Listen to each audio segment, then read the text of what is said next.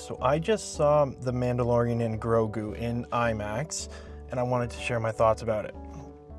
So this video won't have any spoilers, because I don't want to get into that.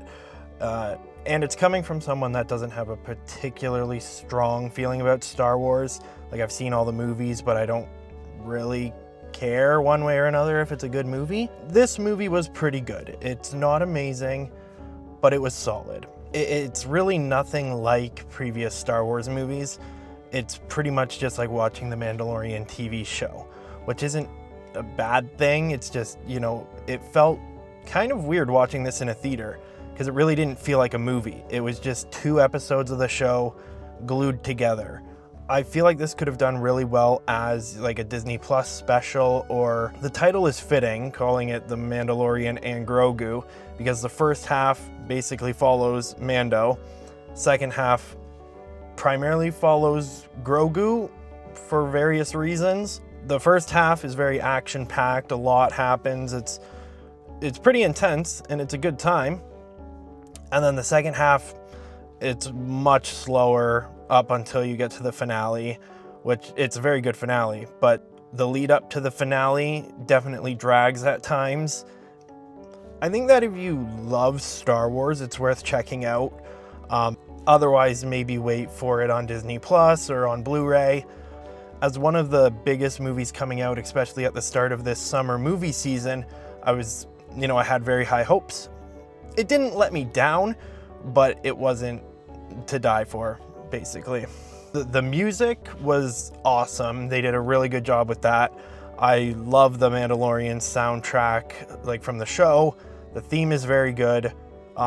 It was kind of weird though, at parts, like they would kind of start playing the music and it would seem like it's about to pay off, and then they would just cut to a different soundtrack, different song, and it's like, okay, that seemed kind of weird. It definitely just felt a little jarring at times. Definitely TV vibes because of the way it was cut like that. Overall, I do give the movie a 6.5 out of 10. Not a great rating, but it is what it is. I also wanted to go over the IMAX experience of the movie. Overall, the cinematic experience was very good. Sometimes in the theater it can be a little quiet, or bad picture, whatever. This movie, it was plenty loud. It had a good picture, very clear. A good chunk of the movie was in IMAX ratio, but definitely still plenty of parts with black bars, so that was a little unfortunate. But the IMAX scenes looked like really, really good. Super immersive. They picked good scenes to be in IMAX. I would recommend seeing it in IMAX because it is the best way to see it. This movie did have a unique IMAX opening, which was pretty cool. All IMAX movies start with, you can watch a movie or be part of one. And that is literally just a fact with IMAX. The most immersive, best picture, best everything. Go see it in IMAX.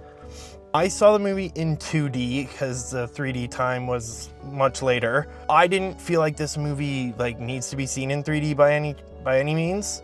The 2D was totally fine. Sometimes you would think a movie could be more immersive in 3D or whatnot.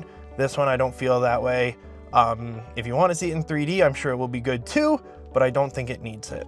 I also wanted to go over the family aspect of going to see this movie in the theater, because I think that's such an important part of the movie experience. So the action scenes of this movie were pretty much shot in a John Wick style, very quick shots, very close up, they wanted you to feel the hits and feel the shots, everything like that. So it definitely got very intense at parts. There's no blood or guts or anything like that, no swearing. So that's good, but it definitely gets violent. More violent than I kind of would expect from Star Wars, I guess, in a way. If they've seen other Star Wars movies, that won't be an issue. It's on the same level, I would say, as other Star Wars in terms of violence. Some of the monsters that come up during the movie are definitely a little freaky looking.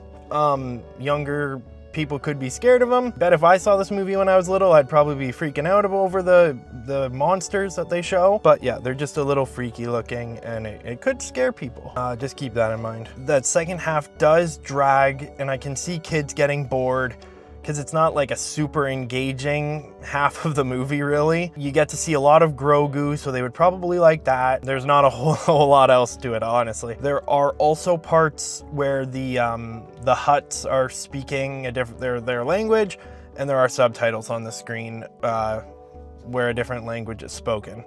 So there's always that to keep in mind as well. It's not a typical hero's journey movie like other Star Wars. The Mandalorian definitely acts like a good father towards Grogu. He does give some important lessons, like when they're flying around, Grogu doesn't wear his seatbelt and he goes flying. So, you know, he says always wear your seatbelt. So there's good lessons like that for young children, which is good. They throw a few of those in there, but I wouldn't say it outweighs how violent the movie is. So if you really like Star Wars, I would say it's worth checking out in the theater, maybe bringing your family to it, but I wouldn't necessarily recommend it for young children. I don't think they would particularly enjoy it. Overall, solid movie.